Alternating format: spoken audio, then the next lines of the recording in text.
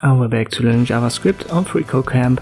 This is the final course before the portfolio projects. It's intermediate algorithm scripting.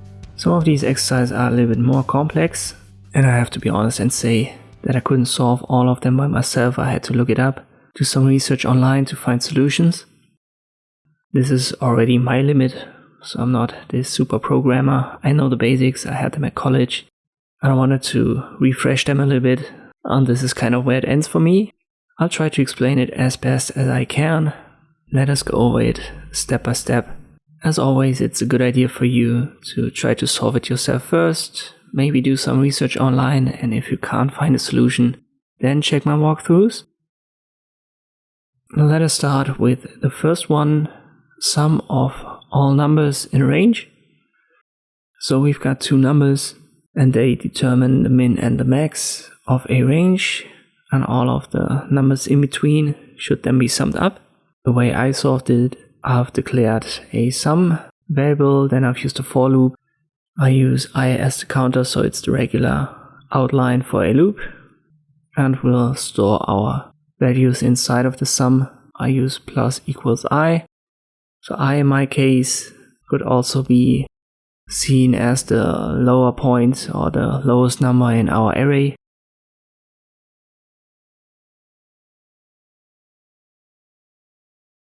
And obviously don't forget to return the sum in the end.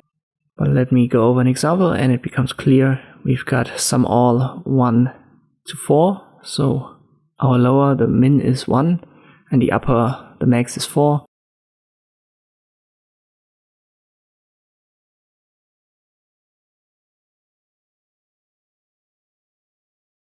So we'll start right here, let I equals, we use our array and the spread operator. So whatever we have, we spread it out, and we'll find the lowest number by using math.min. So in our example, it would find the number 1, so sum all 1, 4, min would be 1, and it should stop at the math max, so I can just copy paste this and make it smaller or equal to math max, and in our example, this would be the 4. Therefore, our code here would sum up 1, 2, 3, and 4.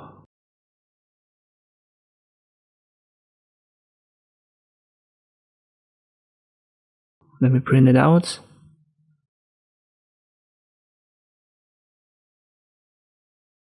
You can see that right here it starts with a 1 and stops at 4, and if I change these values to 5 and 10, it would start with 5, which is the math.min, and stop at 10, and then sum it all up in our variable sum. So if I print that out, you can see it. First it's 5, then it's 5 and 6, so 5 plus 6 is 11. Then we have the 7, 7 plus 11 is 18, and so forth. So this is what we get here. And if we, for example, have 1 and 4 reversed, it would still work due to math.min and math.max. So this solution works. Let us go to the next, which is Diff Two Arrays. We want to compare two arrays, return a new one, and this should only have what's not inside both arrays that are given. So if we look at examples, maybe this one right here, pink and wool, or pink wool is only found in the first array, all the other ones are found in both. Therefore our new array should return pink wool and nothing else. And when you look at numbers, we've got 1, 2, 3, 5 and 1, 2, 3, 4, 5. We should only return 4 in this example on the right hand side. The way I solved it is to directly return our array. I use array 1 and then concat array 2, which is going to put both arrays inside of a new one, or it's going to put them together.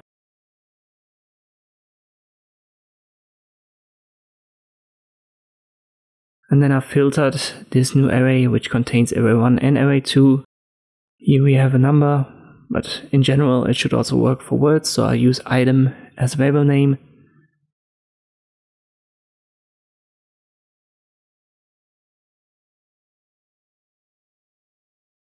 And then I've used this exclamation mark array 1 includes item, or array 2 includes the item, and this should already be it.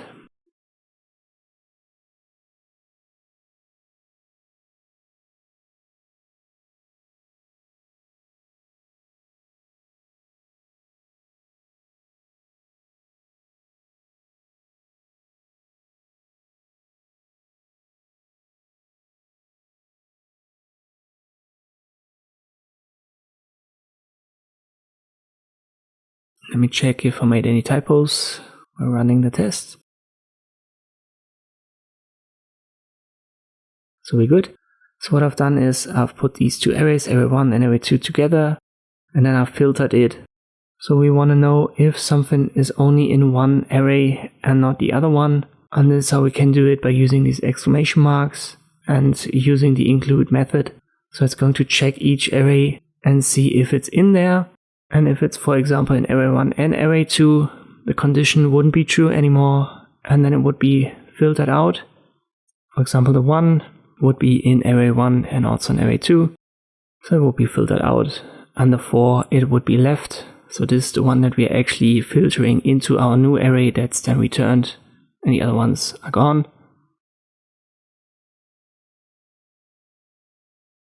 Let us check the next one, seek and destroy. We are given an array.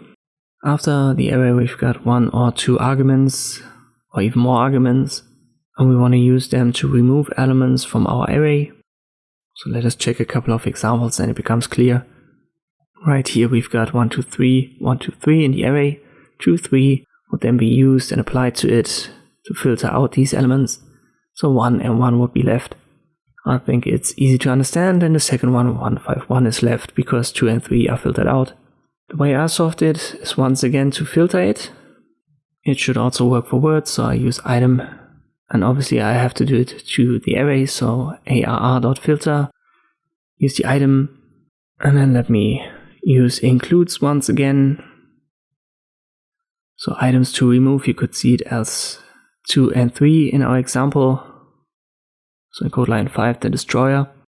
So by using the exclamation mark, we make sure that only the elements in our array that's given will be put into the new array that's returned if it is not found, or if it's not equal to the items to remove, in our case 2 and 3. But to make sure that we know what items to remove is, we need to add it right here as the second parameter, and don't forget the spread operator. I've just used items to remove as a term. You could also just type in X, but I think it's more descriptive if I do it like this. And this would in our example leave us with 1, 1, because 2 and 3 are the items that are found in the array and they are equal to our items to remove, therefore they will be filtered out and not returned.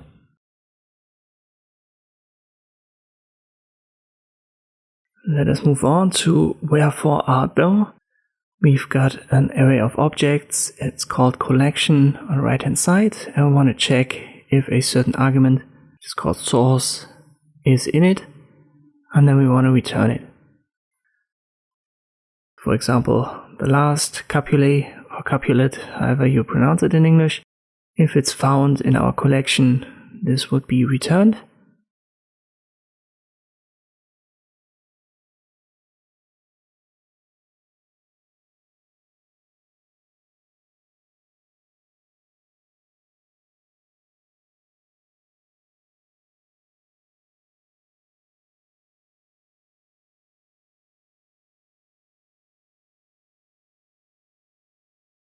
The way I solved it, at first I created an empty array. Let me call it AR.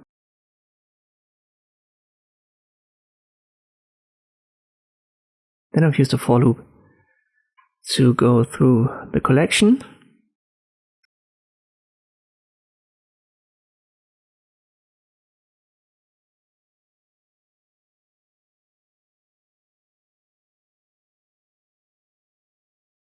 I can use collection.length to check when it ends.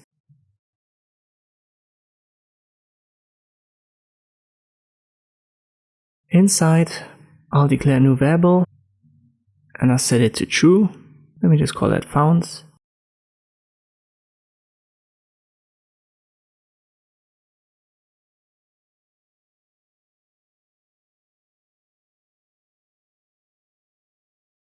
And now I use a for loop to go through the source, but it's a for in loop.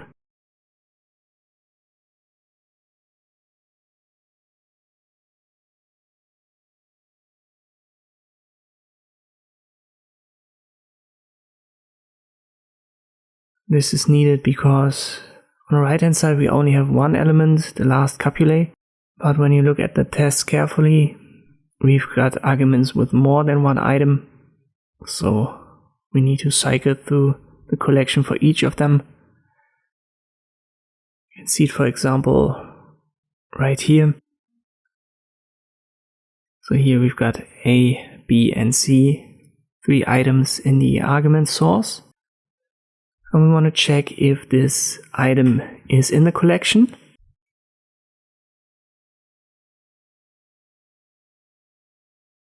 So if collection at position I and source item is equal to the source, we have found it.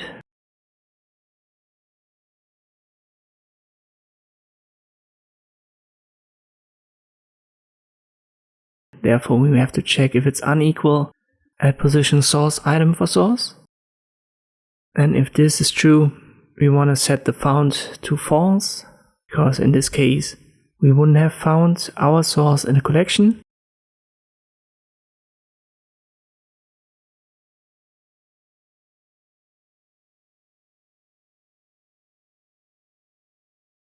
Afterwards, I'll break it. Then we need to go to code line 12. And we want to check if found is still true.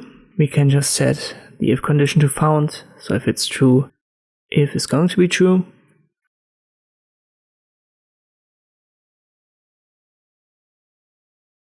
And if this is the case, we want to push this specific source item to our array.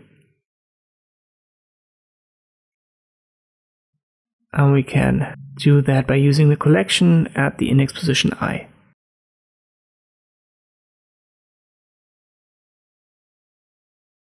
In the end, don't forget to return your array. So it should be right here in code line 16. And then we should be fine if I haven't made any typos.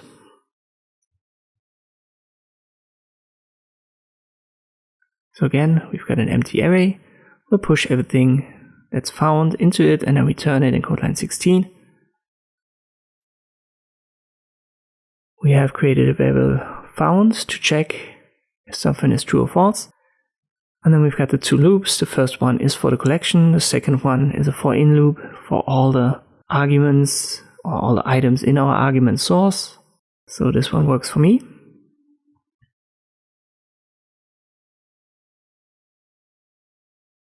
Next example, Spinal Tap Case.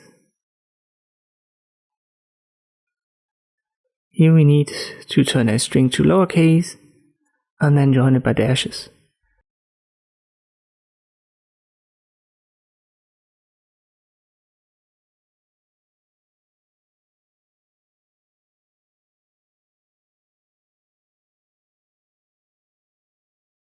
So we can use the method to lowercase,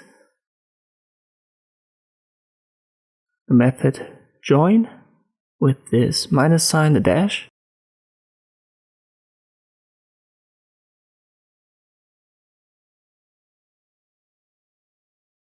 But first we need to also split it.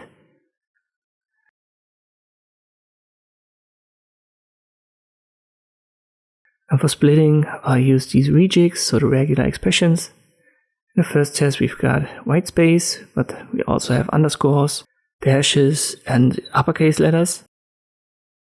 So we need to cover all of these cases, and we can use rejigs for that. What we need here is \s,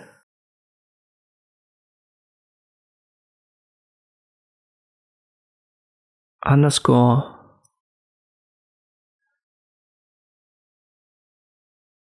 and then all of the uppercase letters. So A to Z.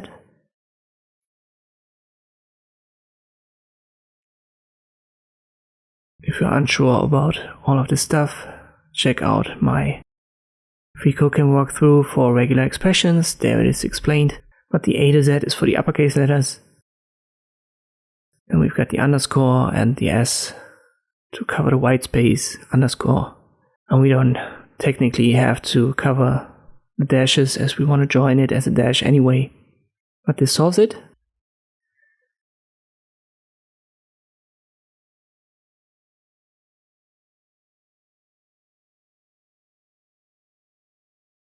Let's move on to Pig Latin. We use regular English and then alter it depending on two given rules. The rules distinguish between consonants and vowels.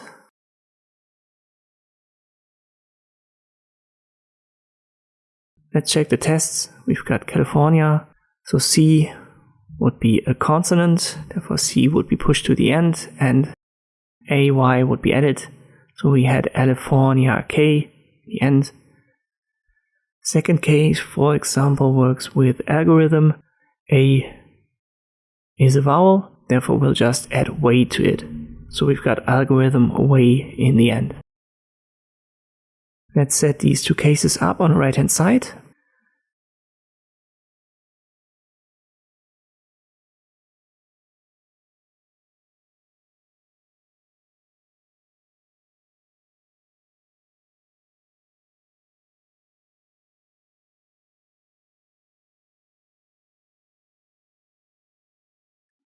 First case, right here we use match and then regular expressions.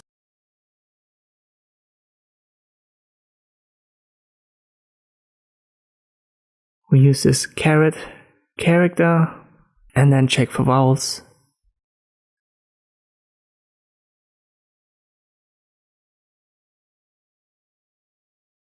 And if this is true, we'll add way to our string and directly return it.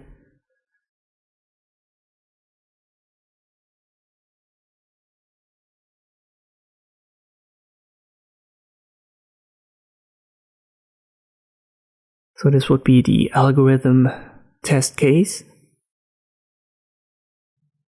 And if this is not true, we've got a consonant.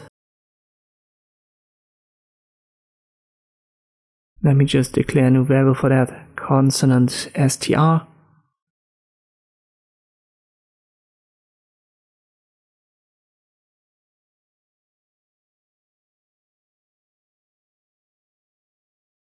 We'll use match again.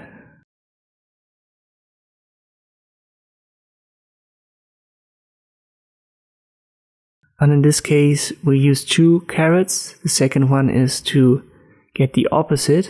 So we've got the vowels again, but we'll have the opposite, which is then a consonant.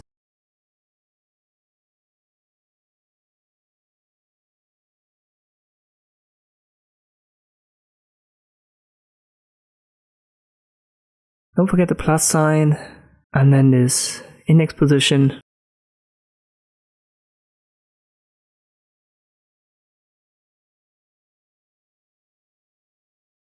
And if this is true, we'll return our string, but we'll perform a substring method to it using our variable that we've created, .length.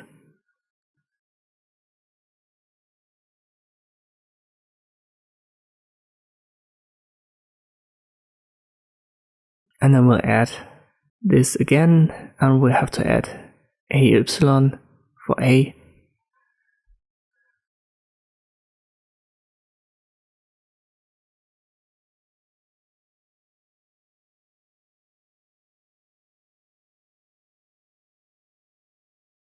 Maybe this becomes clearer if I use console log to print it out.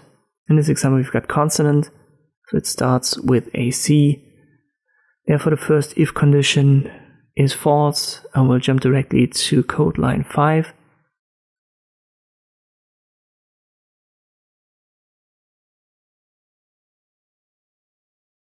Here we've got the first letter, which is a C, found. So we've got C as a consonant str and AY added, and by using substring we simply have the consonant taken out of the consonant.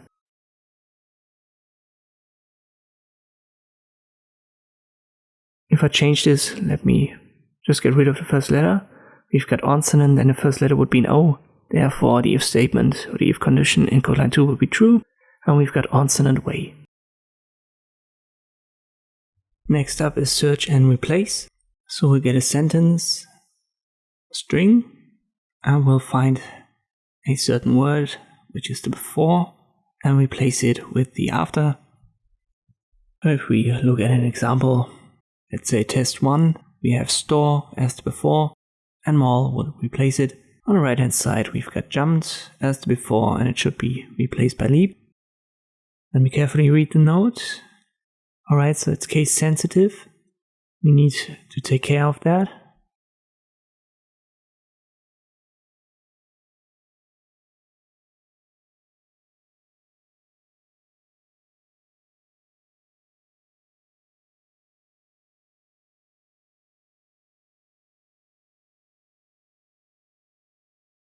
The way I solved it was to first declare variable, which is the str array.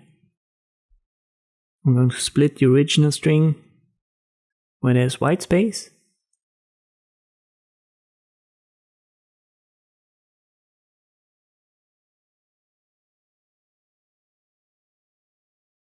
So we have every word now in our array as an individual element.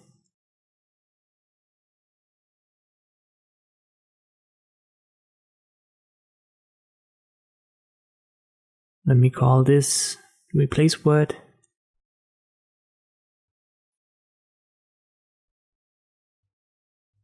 I'm going to use my str array and then apply a filter method to it. It should filter it for every word. So let me use this as a variable. We need to check if it's equal to before. So that way we're going through the array, all of the words in it, and we're checking if it's equal to before. And this is going to be the replace word. Let me create another variable, I call it replacement.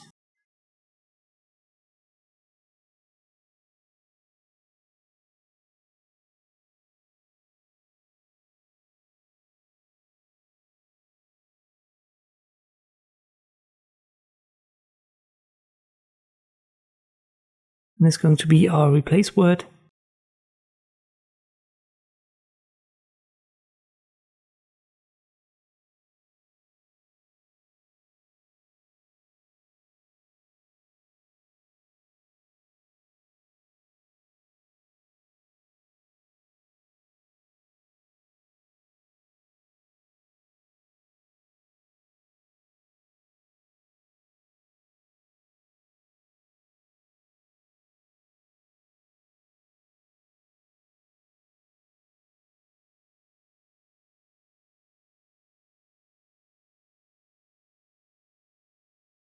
And we're going to check if our replace word is uppercase.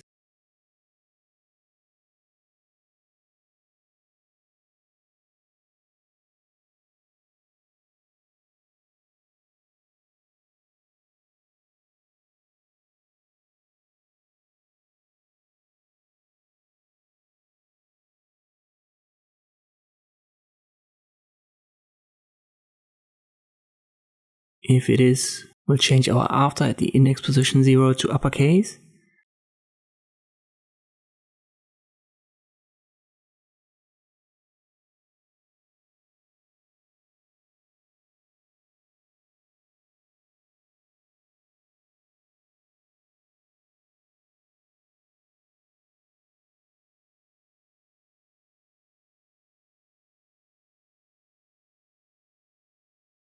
And then add after.slice1.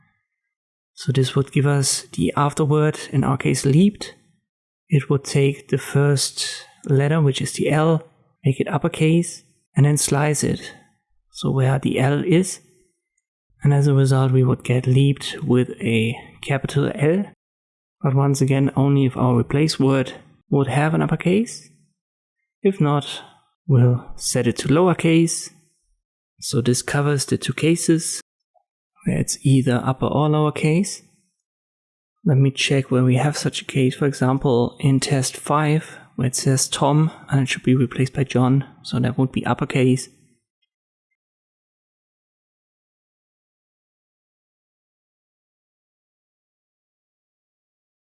And we obviously want to return our new array, the str array, and we'll map it using the words.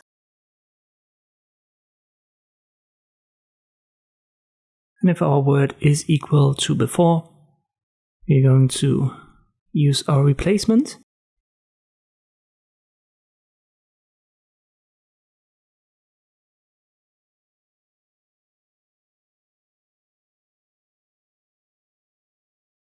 And if it's not, we'll just return the word. And this should do it.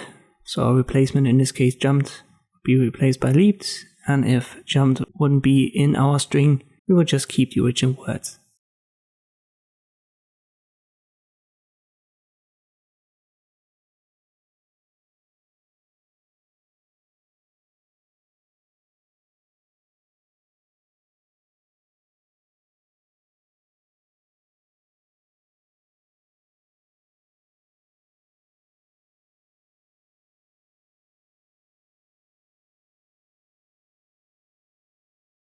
Let me use console.log and you can see what's happening here.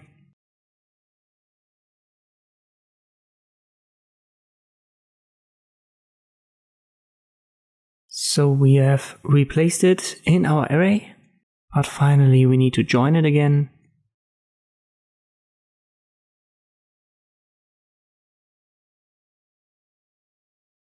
And we need to join it with white space, so don't forget that.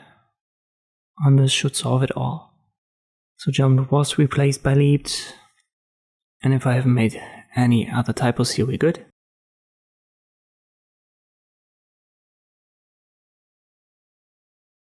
And we are. Let us check the next one, which is called the NA pairing. So we're using DNA strains, and we're going to provide the pairs for it. So we've got 4 letters, and we need to check a given string, and then return the corresponding letter for each one in the string. So here GCG would return NGC, CG, and GC. Another example is test 1. A would be AT, T would be TA, C would be CG, G would be GC, and finally A again would be AT. The way I solved it was to create an object first. So we need 4 pairs for the 4 letters. A was T, T was A.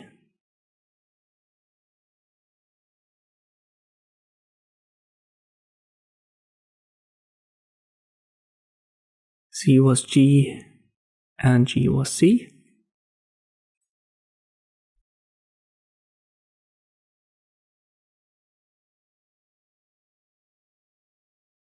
And this concludes the first step, where we've just grouped these letters, you could say. And afterwards, we'll need to check our string, which is given. In the example, it's GCG. So I'll just split it.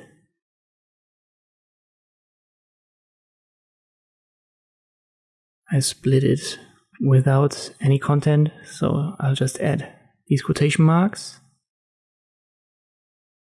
This would give us all of the letters individually in an array.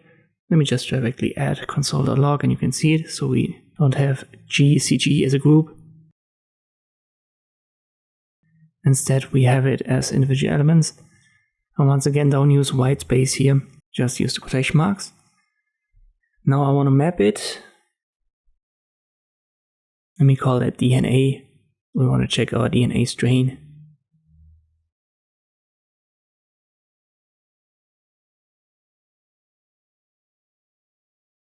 Or maybe N is a better word for the nucleobase pairs. I'll use that. And then use N again.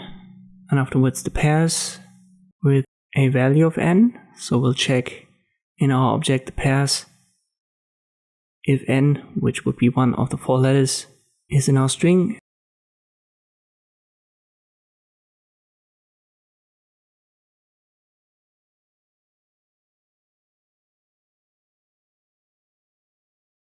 And obviously here I need a dot, so that was my mistake.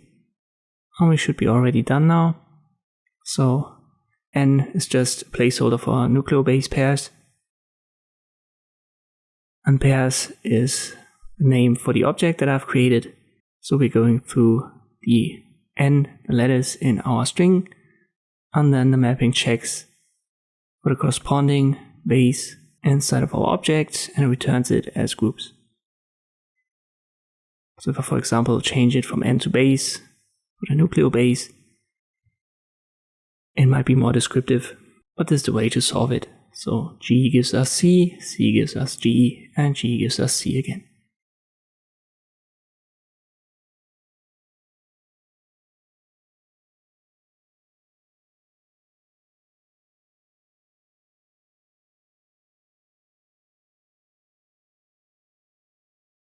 Let me change it to A, or let me just add A and T, and you can see it also works for these letters.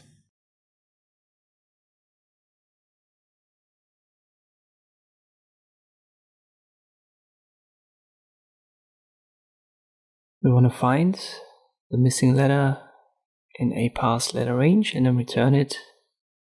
And if all letters are present in the range, we'll just return undefined. So if we check the first test, we have A, B, C, E, and it should return D. So we have the alphabet, and then we check which of the letters is missing. And as mentioned in the second sentence, if all letters are there, so A to Z, it's undefined, which would be the last test on the left-hand side. The way I solved it, I used a for loop compared to our str.length, so the length of the string that's parsed. Then I've used an if statement that's nested.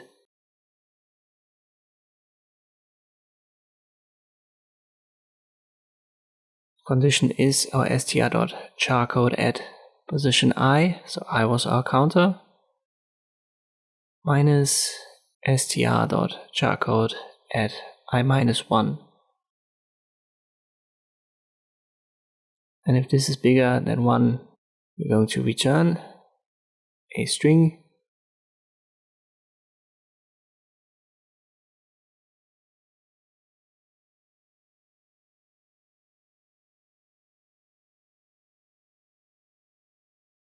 Use from charcode and inside our str.charcode add.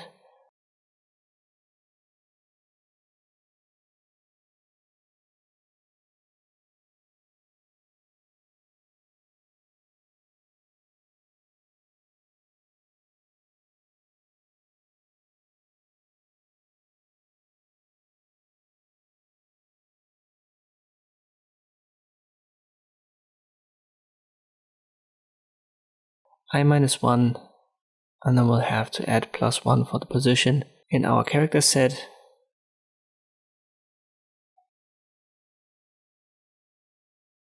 And if I use console.log, you can see what's happening here. So we've got A, B, C, E in our string. So in our character set, the D is missing, and this is why it's returned. You can see that right here. Let me just edit, and we'll get undefined. So our str.length, you could see that as the length of our range. So we don't necessarily have to have A to Z.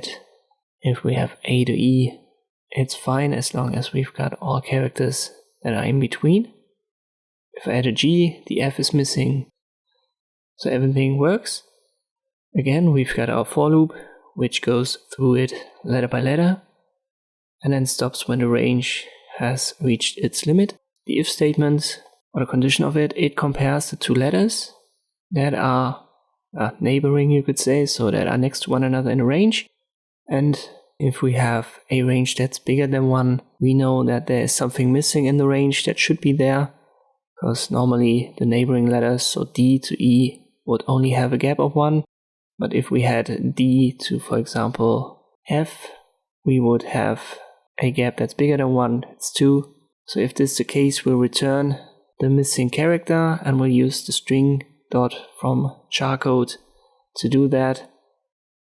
If I, for example, get rid of the +1 here, you can see what's happening in the console.log. So this would give us the C. So we use our return line to find the last position in the range, and then we'll use +1 to jump ahead to get the missing letter, in our case D. So this is why my code works here. We can move on to sorted union. We'll get an array into our function, and we want to return a new array. So we'll check, let's say we'll get 2 arrays, or we'll get a 2-dimensional array, and we want to put it together and then kind of sort it. Let's look at test 1, maybe it becomes clearer. We've got 3 arrays right here, 1, 3, 2, 5, 2, 1, 4, and 2, 1. So it checks the first one, 1, 3, 2, then it checks the second one. 2 and 1 was already provided, so only 5 and 4 are passed, and the third one, 2, 1, isn't needed anymore as this was already in the first 2 arrays. Second one would give us 1, 2, 3, 5, and the 2, 1 is needed because it was already in the first array.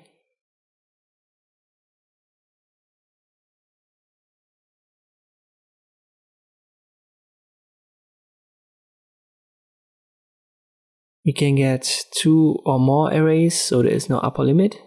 We need to put that into consideration when we write our code. As always, there are many solutions to this. Mine goes as followed. Let me first create 2 arrays. First one I spread out using arguments. Second one is empty, I call it result.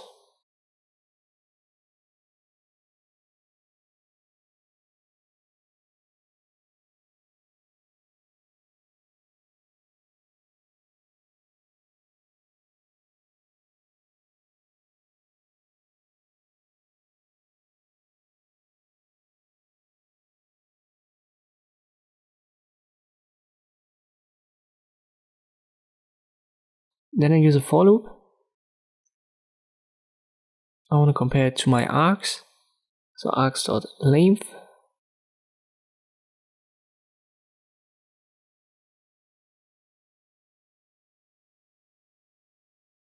And I have to increment my counter by I++.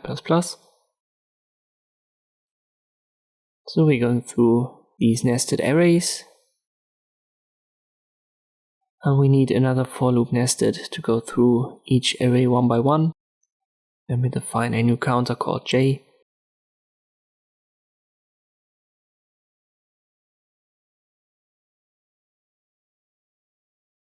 This time be careful, we need our args, but at a specific position.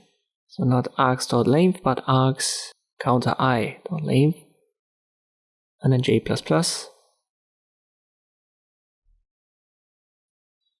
Now we'll use an if statement inside.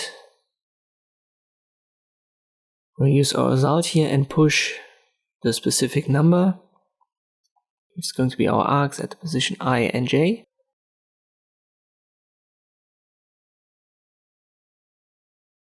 But we only want to do that if the number hasn't yet been pushed to our result. And in the end, obviously, we want to return a result. So let me fix that. Now let's go to the if condition. We need our result. Dot includes, and then our args at position I and j.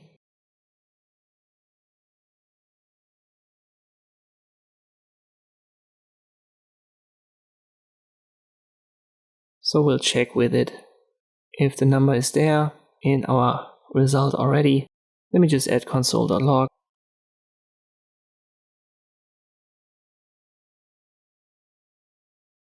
Now we've got an empty array, but if I add this one, so I negate it, you could say it now works. So whatever is not in our result array gets pushed to it, and whatever is already inside doesn't make our if condition true, and therefore it's not getting pushed. Let us move on to convert HTML entities. certainly seen this even if you don't code. Sometimes web browsers, they show you some characters in a, let's say, weird way. And if you don't know what HTML is, if you've never coded, you don't really know what's meant by this. But for example, the end sign is end AMP. The lesser than sign would be end LT. Greater sign would be end GT and so forth. So these are just placeholders that indicate to web browsers that a certain sign, a certain character should be shown. And it's necessary for the web browser to don't confuse it with HTML specific code.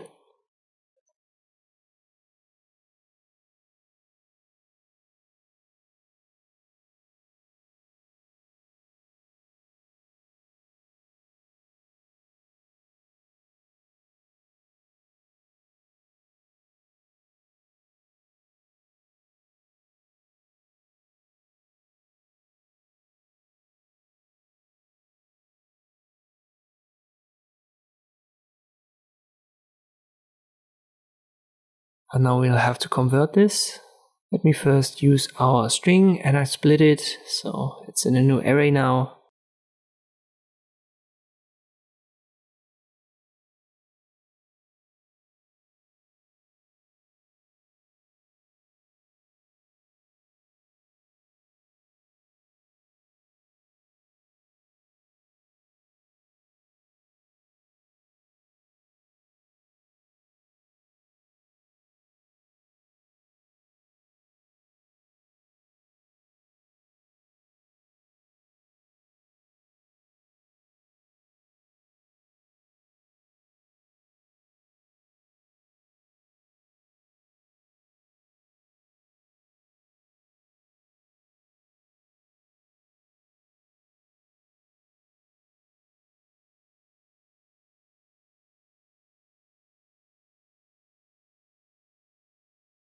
Then I use a for loop.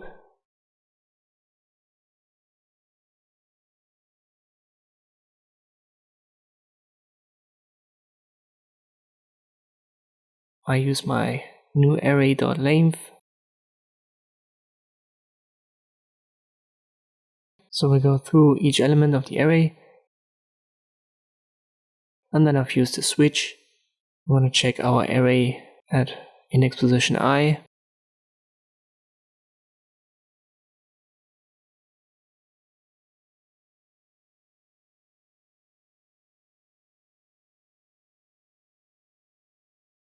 And if I use console.log, you can see we've got Dolce and Gabbana.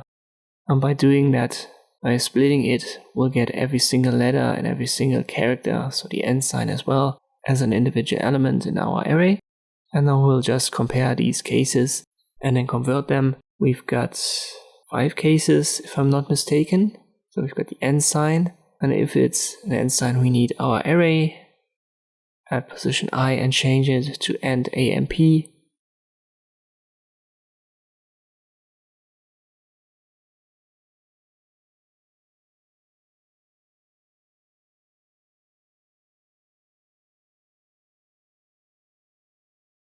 Afterwards, don't forget to break it. Let me copy these code lines. As I said, I believe we need 5.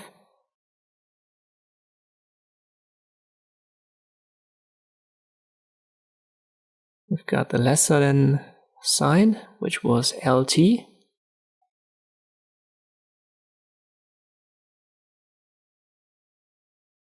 Got the greater, which was GT.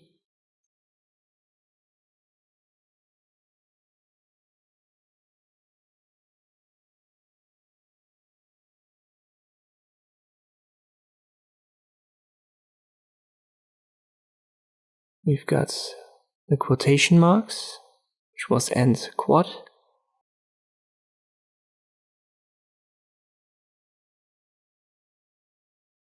But be careful here. Use single quotation marks outside and a double quotation inside to fix it.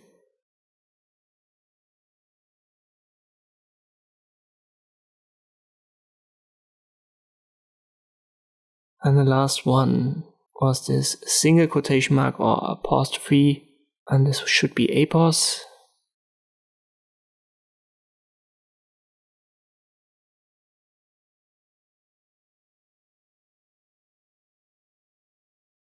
And then we should have all the cases covered.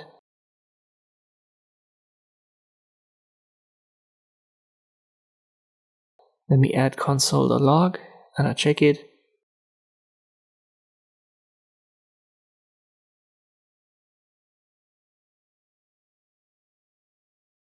And obviously I have to return our array. And here you can already see the end amp, so it works. And we'll join it just like this, but don't use a white space. We'll just keep it empty.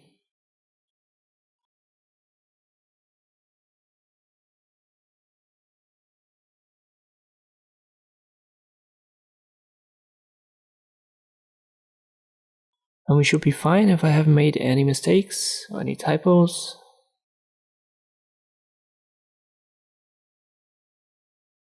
But I have somewhere. So let me check.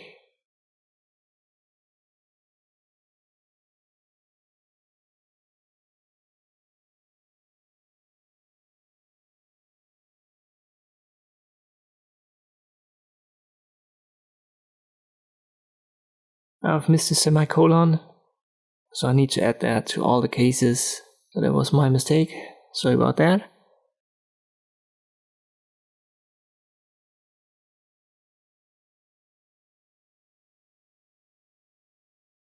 Now it's fixed. We've got end amp and a semicolon between Dolce and Gabbana, and we're good. Sum all odd Fibonacci numbers. Let's check the description first. We are given a positive integer called num. So this is our parameter for the function. In the example on the right hand side, it's 4. We want to return the sum of all odd Fibonacci numbers that are less than or equal to num. First two are 0 and 1. Every additional number was the sum of the two previous numbers. So we've got 0, 1, then 1, then 2, then 3, then 5, then 8, then we would have 13 and so forth. Fibonacci 10, when we only want to have the odd numbers. So when we have 10, for example, we would have 1, 1, 3, 5, because the next one, 8, is not odd. So how did I solve it? At first, I've declared some variables, first number, second number, and result. And result is what we ultimately want to return.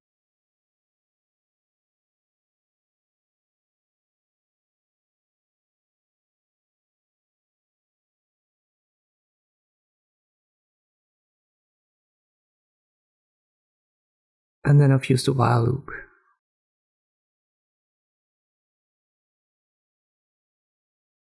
What we want to do here is we want to check our second number and see if it's smaller or equal to our number. So this is, you could say, the upper limit. In our case, it's 4. So the second number would become 5. The while loop would stop.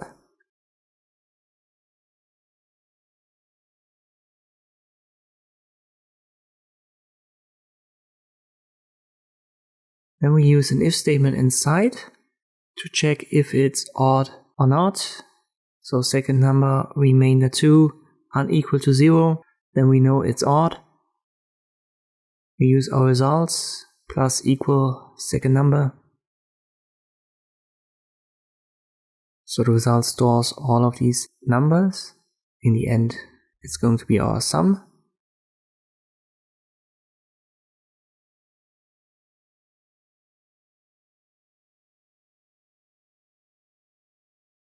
And second number, we'll have to increase it with our first number.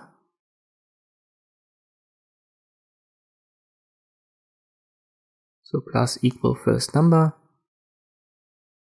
And first number afterwards gets incremented with second number minus first number.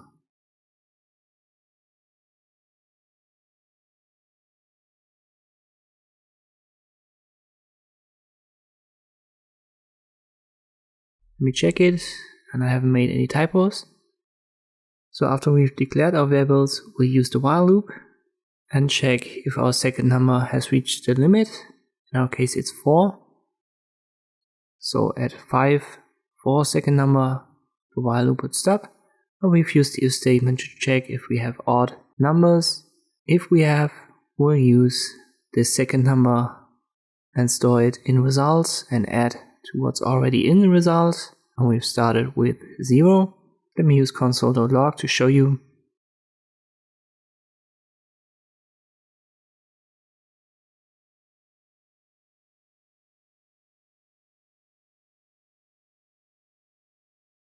So here's our result. We would have 1, 2, and 5. And if we use a second number, we'll have 1, 1, and 3. So these are the odd numbers in the range of our num. And in the result, we'll have the sum.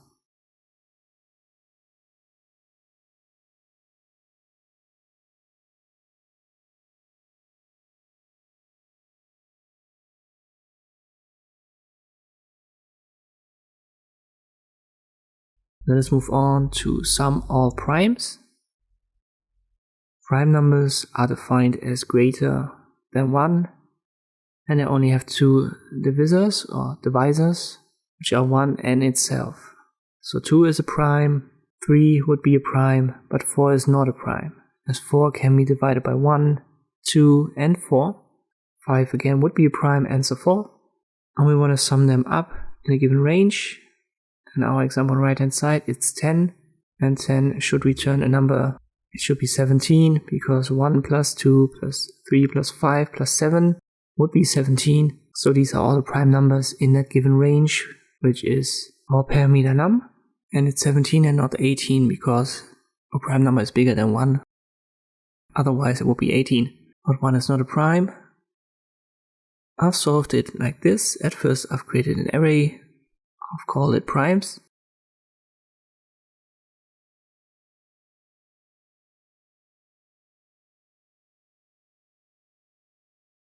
Then I'll use a for loop. I'll start with 2, because this is the first prime number. I compare it to our num. It has to be smaller or equal.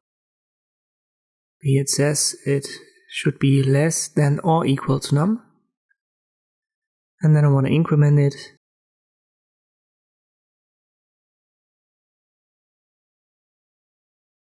Inside I'll check if it's a prime number by using an if statement, and I want to push the numbers that we get. In our case it's I, so the counter 2 primes.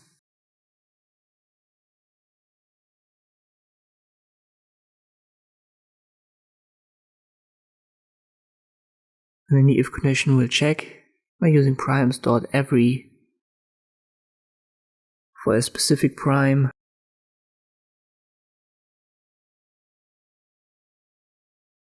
You can write it like this: I remainder prime is unequal to 0. If I would be divisible by the prime number, it would be equal to 0, and therefore the if statement wouldn't be true, and then I wouldn't get pushed into our primes array. Let me use console.log, and you can see that we've got 2, 3, 5, and 7 for our counter. And if we change some primes to 15, we would also get 11 and 13. So we were already successful in finding the prime numbers. But finally, we also have to sum them all up and then return that sum. So we're not fully done here.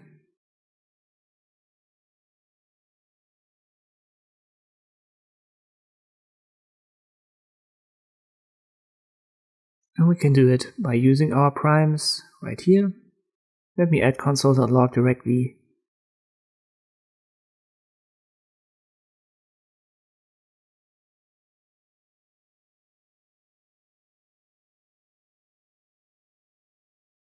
For now we've got 2, 3, 5, and 7 in our primes array. We use a reduce method, and then sum is going to be the end result and prime for each number in our primes. And then we use sum plus prime, and this gives us what we need, which is 17. So for example, change it to 15. 11 and 13 would be added. And this I can solve this exercise. Let's move on to smallest common multiple. This was kind of like the first exercise where I had to sit down and understand the problem at first, because it's not so obvious. Text says find the smallest common multiple of the provided parameters that can be evenly divided by both, as well as by all sequential numbers in the range between these parameters. The range will be an array of two numbers that will not necessarily be in numerical order. So on the right hand side we've got 1 and 5, and it could also be 5 and 1.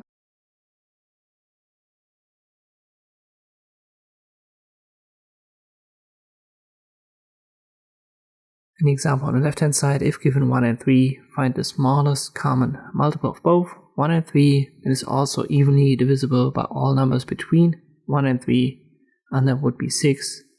So 6 can be divided by 1, 2, and 3, which is the range. So this is what we need to find. For 1 and 5 it would be 60, because 60 can be divided by 1, 2, 3, 4, and 5.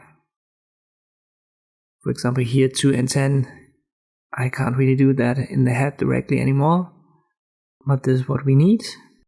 If you look at, for example, on the right hand side where we've got 1 and 5, if we just make a row of these numbers, we would have 5, it would be 5, 10, 15, 20. All the numbers in between, they get rows, and then we find the first number, which in this case would be 60, that is in all of these number rows.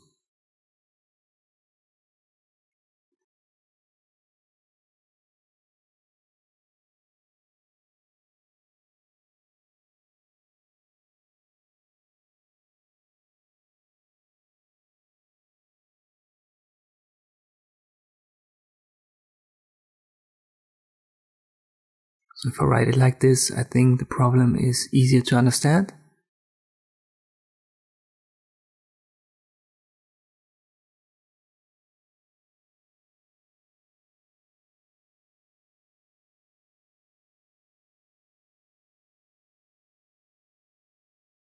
Let us solve it now.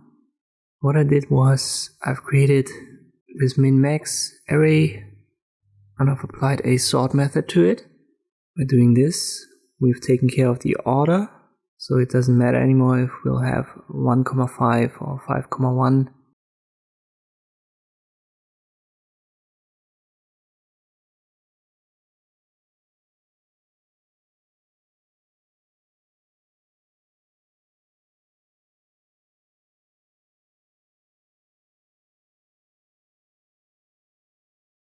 Let me just print it out, and you can see that. So I print out min-max, and now if I change the array that we use as an argument, it doesn't matter in which variation we put it in. So 1, 5 is the same as 5, 1. This is what code line 2 does. Then I've moved on.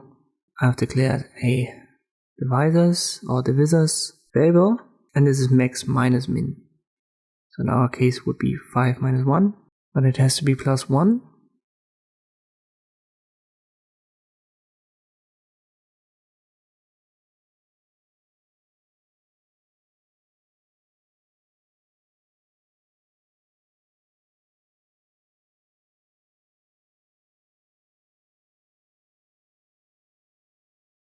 Then I've declared an upper number.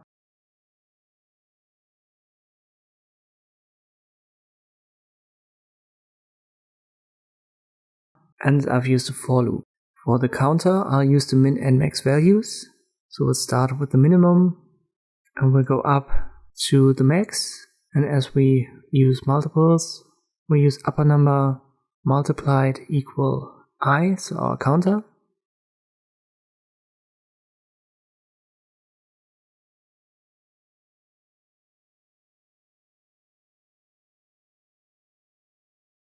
Then I've used a second for loop.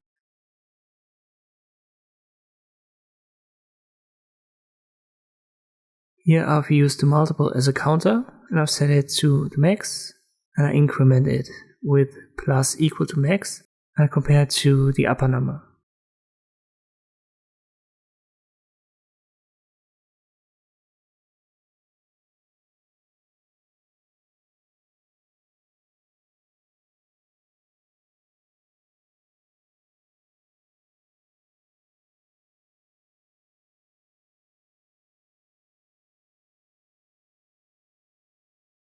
Inside, I've added a new counter because we need a nested for loop.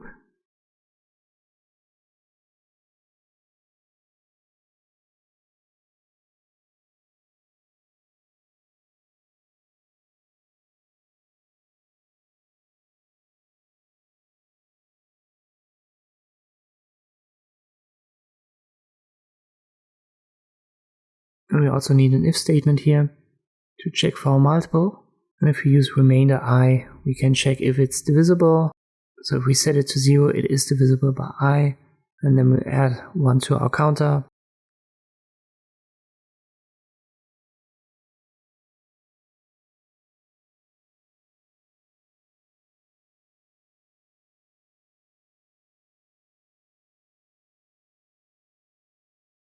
And then we need to check if our counter is equal to divisors. And if it is, we'll return the multiple.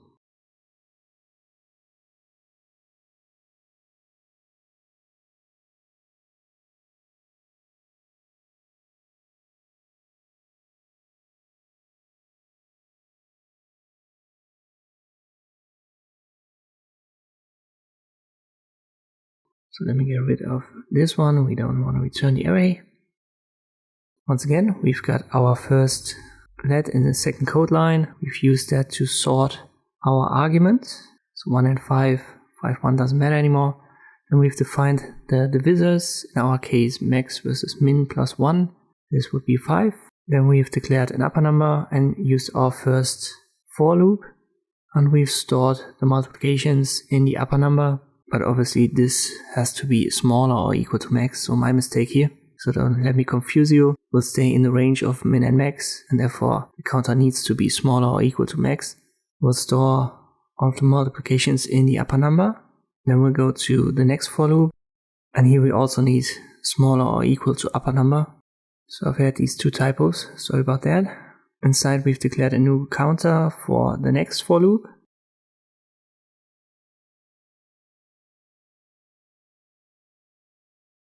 Maybe I give that a different name because it's not really a counter. Let me call that counter divisor.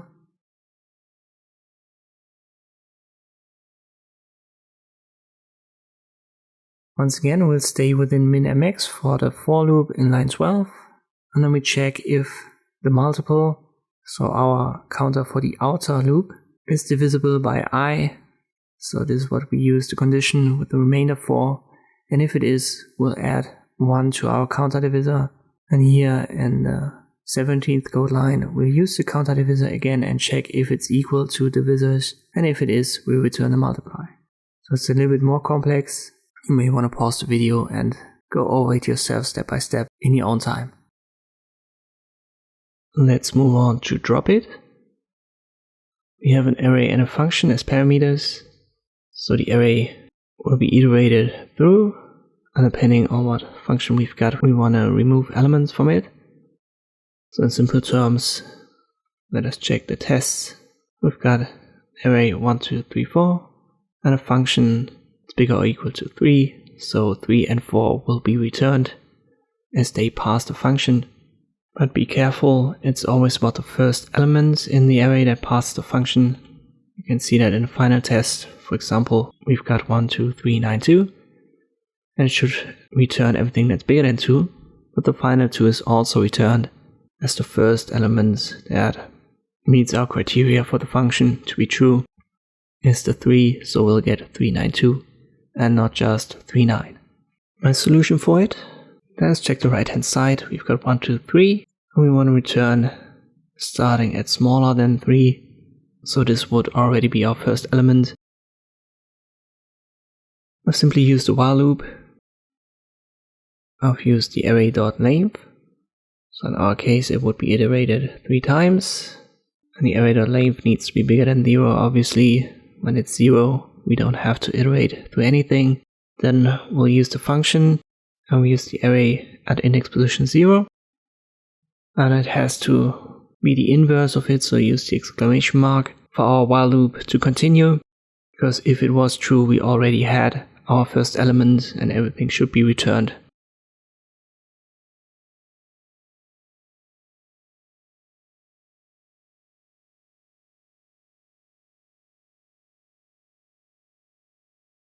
and inside we'll put array.shift.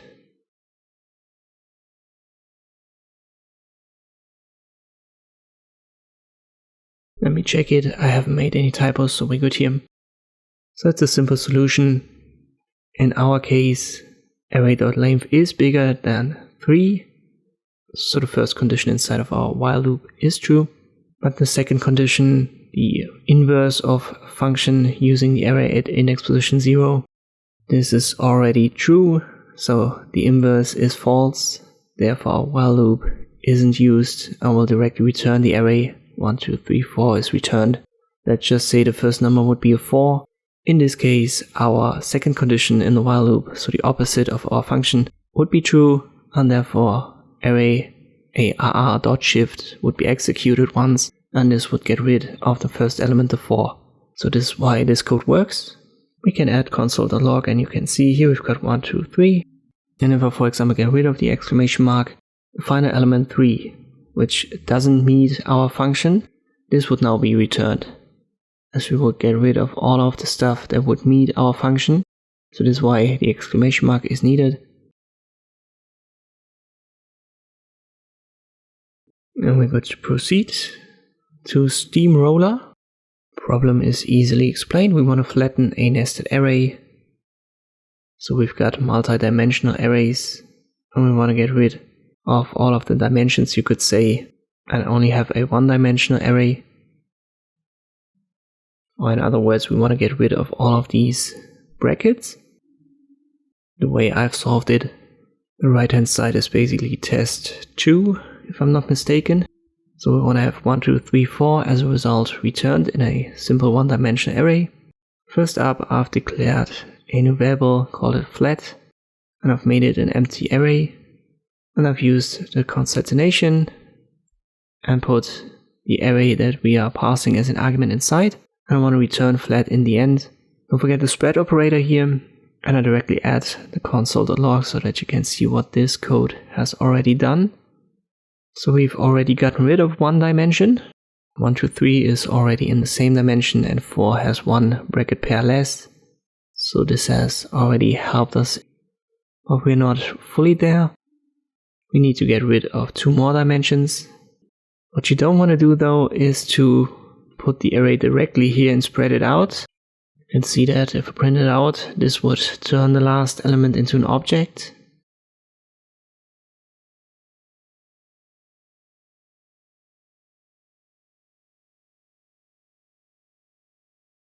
So you definitely want to have this empty array and then spread out via concatenation.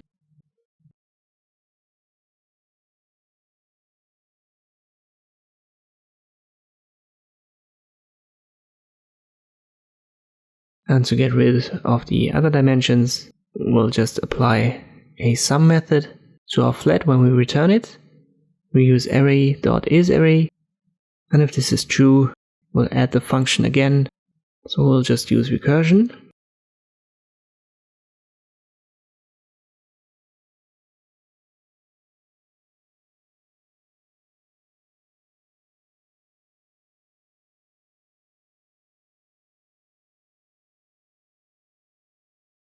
So this would be one way to solve it, but FreeCodeCamp for some reason doesn't allow me to use it. There's an internal error, too much recursion, but I've tested it on a different platform. This should work. So I guess it's just an internal problem with FreeCodeCamp. Therefore I had to think about a different way to do it. Let me show you what I came up with. I've used again a new array flat, made it empty.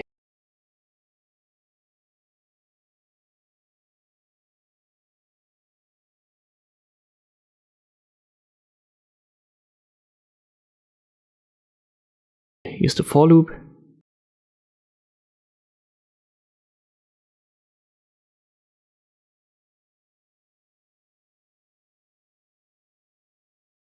I use the array length to compare it to.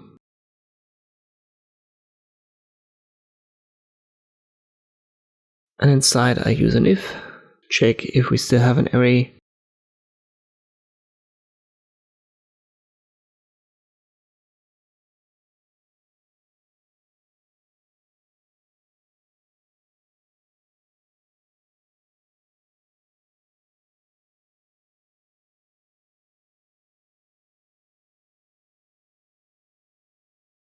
and then I push while using the Steamroller function again.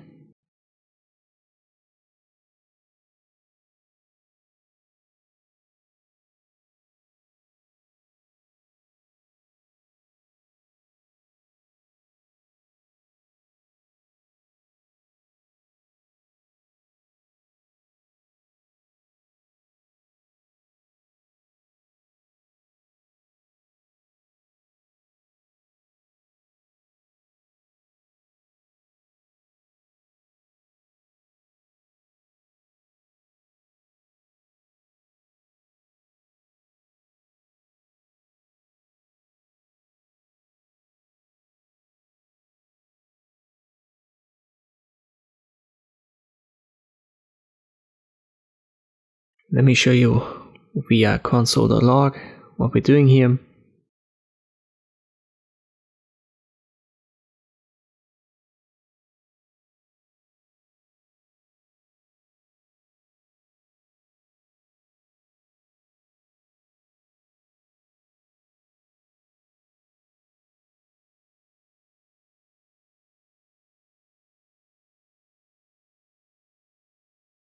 So I console.log for my flat, which was the empty array at first, and it goes through all of these dimensions. It finds the numbers and then pushes them one by one into the flat array.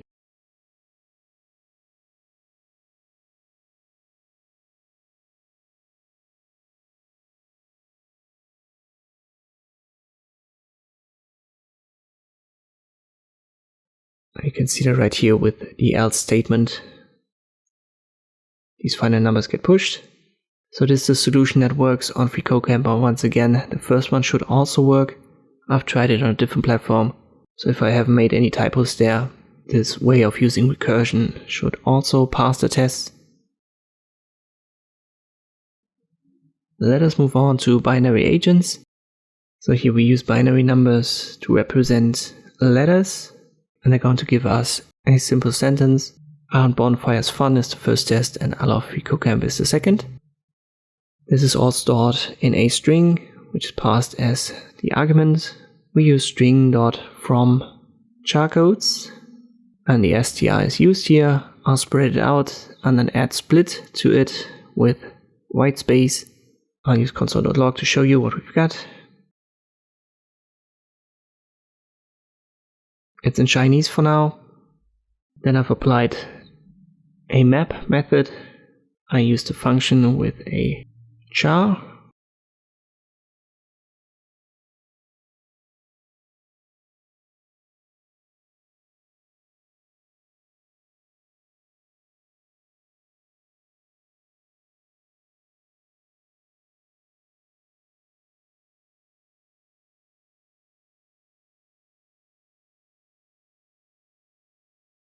And then I've used return parse int char, 2.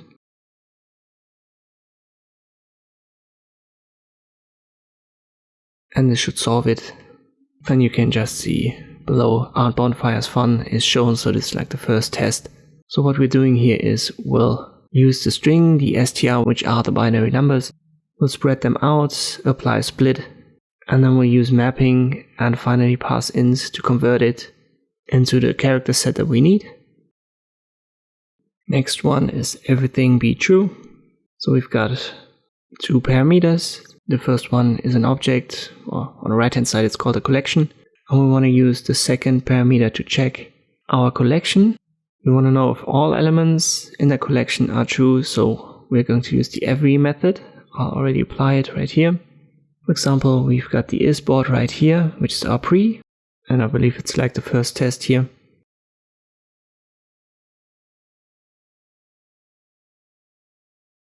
Second test name would be our pre, and we'll check if the name is in there in every. In this case it is, therefore it's true. But isBoard, for example, is false in the first object named Quincy. In the second, Naomi is also false. Only in the third it would be true. Therefore when we use every it would be false. Or at least that's what our function should return. I've just defined an object So this object is basically placeholder for all of the objects inside of our collection, so Quincy, Naomi and Camperbot. And then we've checked for the pre inside of these objects, so isBot, it's false 2 times, therefore our every becomes false, and false is ultimately returned by our function. And this is why this code works.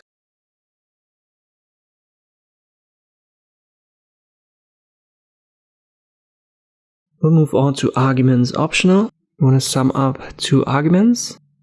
We also want to have a case where there's only 1 argument provided, and the function should then return the sum with only 1 argument. So for example, 2 and 3 should return 5, and add together 2 should return a function. So in the example here on the left hand side, sum to end is equal to add together 2, and sum to end 3 would then return 5, as this would be 3 plus 2. And we should return undefined if one of these arguments isn't a valid number. My solution for this goes as follows. I create an array with first and second for our 2 arguments. I just call them first and second.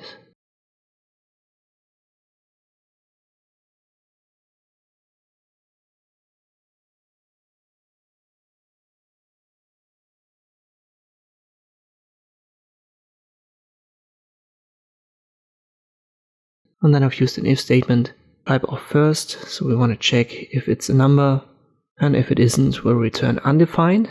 This would be the first case.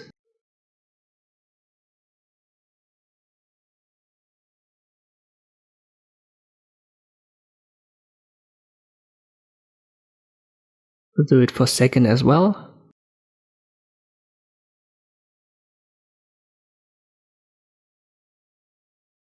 So that way we have checked our 2 arguments, and if either of them is not a valid number, we'll return undefined. So we've got these cases checked. In the test, for example, the last 5 tests, they would return undefined already.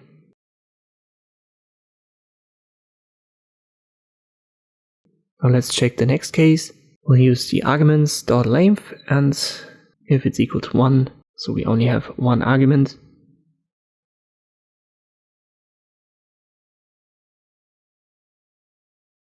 we return second, which is add together this function first and second.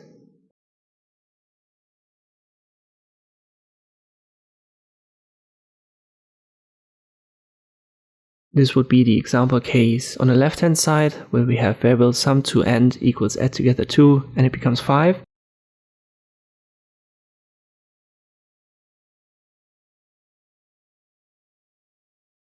And finally we want to add up first and second, which would be the final case, so where we have 2 arguments and just sum them up.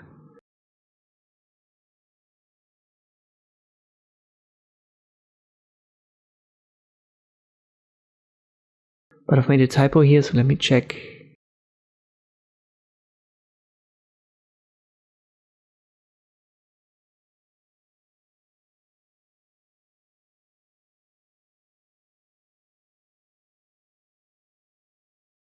And I obviously have to reverse the order here. When I only have 1 argument, it becomes for the if type of second case.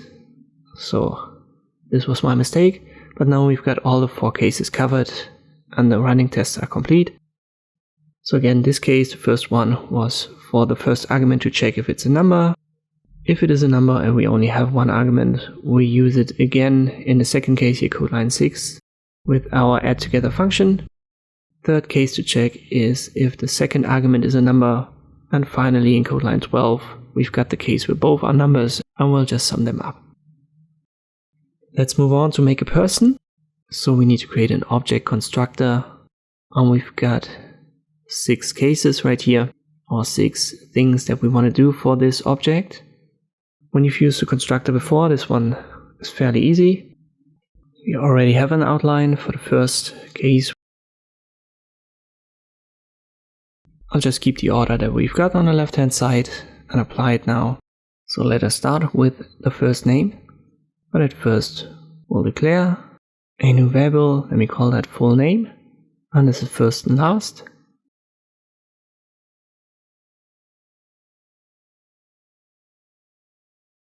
Now I use this for our first name.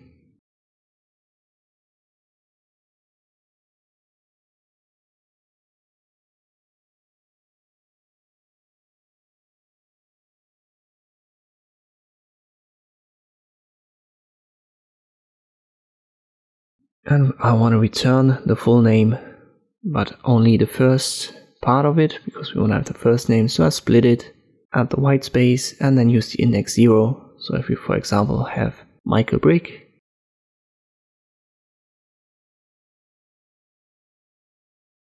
Michael and Brick would be split, add the white space, and then we have two elements in the array, Michael and Brick, and Michael would be at the 0 index position. So this is what this code line does. If you're totally new to this, FreeCodeCamp has its own object-oriented course section, and I've made a walkthrough about that as well, so check that out. By the way, in code line 4, our first and last would be Michael Brick, so I'll add that here. Now let's take care of the last name. It's the same game, so we return the full name, split it, but this time we need the index position 1, so the same reasoning applies here.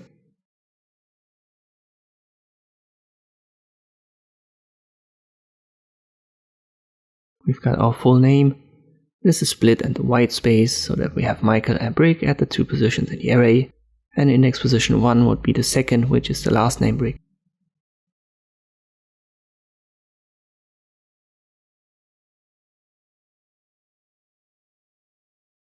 Now we have the full name, and we already have an outline for that. So let me get rid of this, and I use the outline. So I want to return the full name, simple as that. We don't need to add anything further.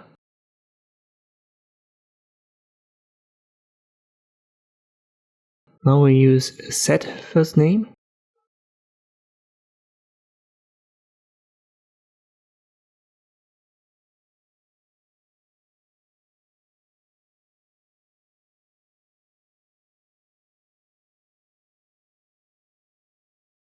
And this is the full name, but it equals name plus white space plus full name split at the white space and then index position 1.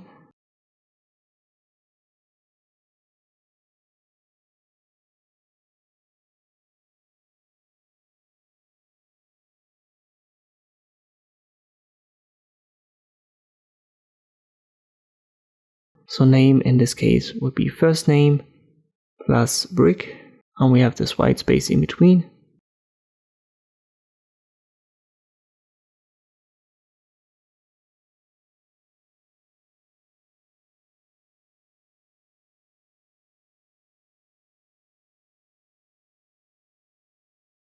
Same way goes for last name, where we want to set that, but this time it's the other index position.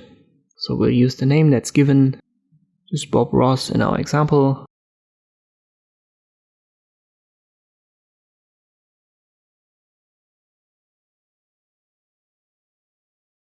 We use our full name and set it to fullname.split, but at index position 0 because we want to change the last name.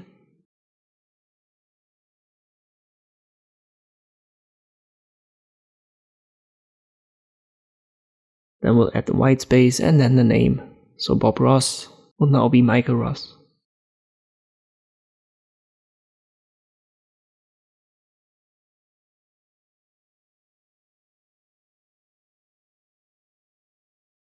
We have one more to go in the constructor, which is the full name.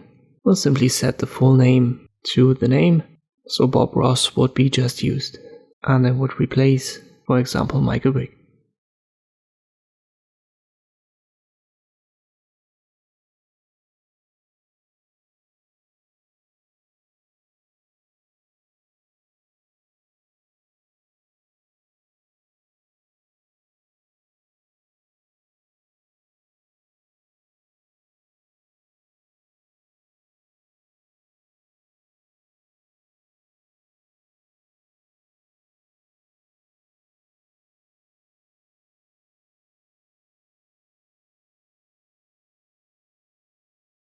If I haven't made any typos here, we should be good. Let me check it. So the final one, map the debris. This one, I have to admit, was a little bit too complex for me, so I had to look it up. It took me some time to understand it. So don't worry if you're a total beginner, it might be a little bit too difficult for you. But the solution that I could come up with after doing some research was this. So we've got a simple formula given, and we now have to put it inside of a function. A couple of things are given, for example gm, which is right here. I don't know how you pronounce it in English, but it's mu in German, or at least we call it mu. And we've got the earth radius, which is also given.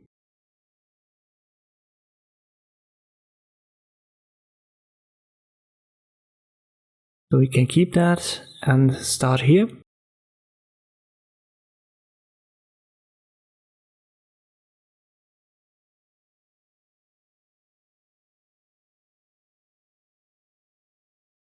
Then I've defined a new variable a, which is 2 times math.pi. So this is what we need for the formula.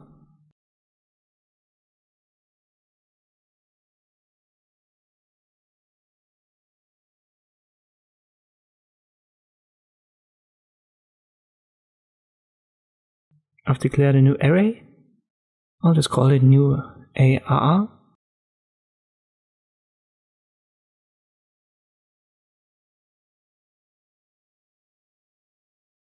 Now I've created this get orbit period.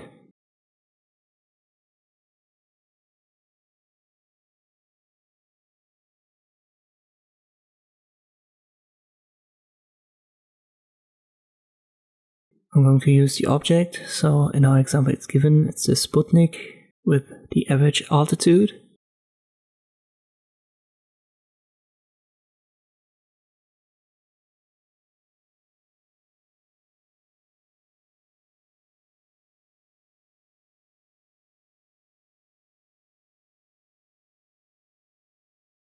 And here I use a new variable math.pow.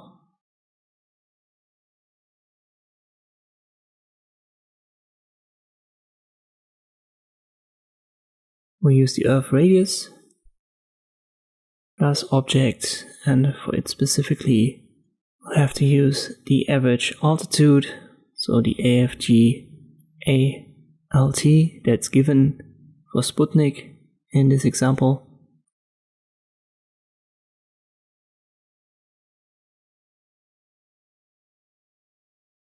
And it should be power to 3. This is part of the formula. Now let me declare a variable b, and this is c divided by gm. So gm was given, c we've created that in code line 9.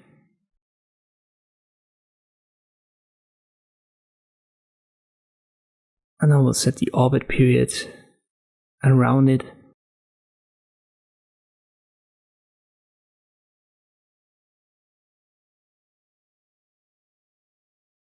And this should be a multiplied by b.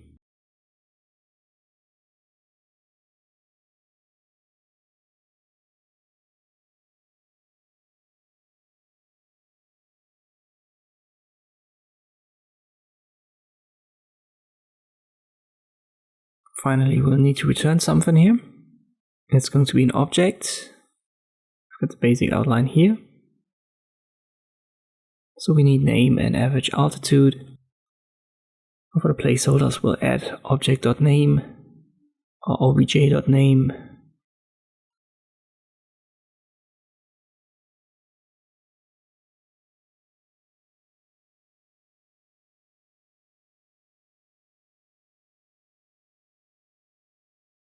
And the orbit period that we have calculated.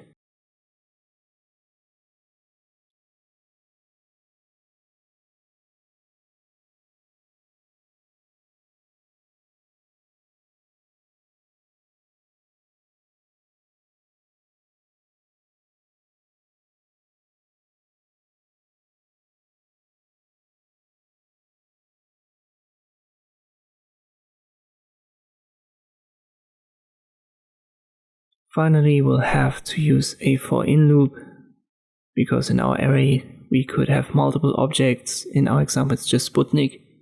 But if you look at the left hand side, we have ISS and Hubble and also Moon, so there would be 3 of these objects.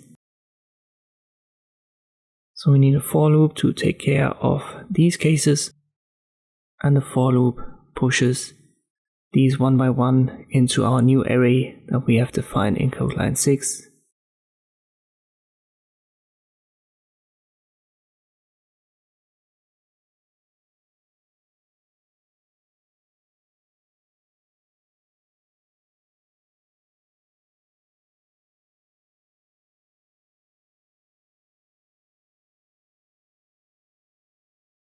And finally we'll have to return the new array, so I'll replace it right here in code line 20. And if I haven't made any typos, this is the solution. Once again, it was a little bit more complex. I had to look a couple of things up, especially when it comes to calculating the formula. So you may want to pause the video and think about it step by step. But if I run the tests, you can see this works. And now we are through this final JavaScript course, at least before the portfolio projects, and I'll try to tackle them next. So thank you for watching, and I hope that I'll see you next time.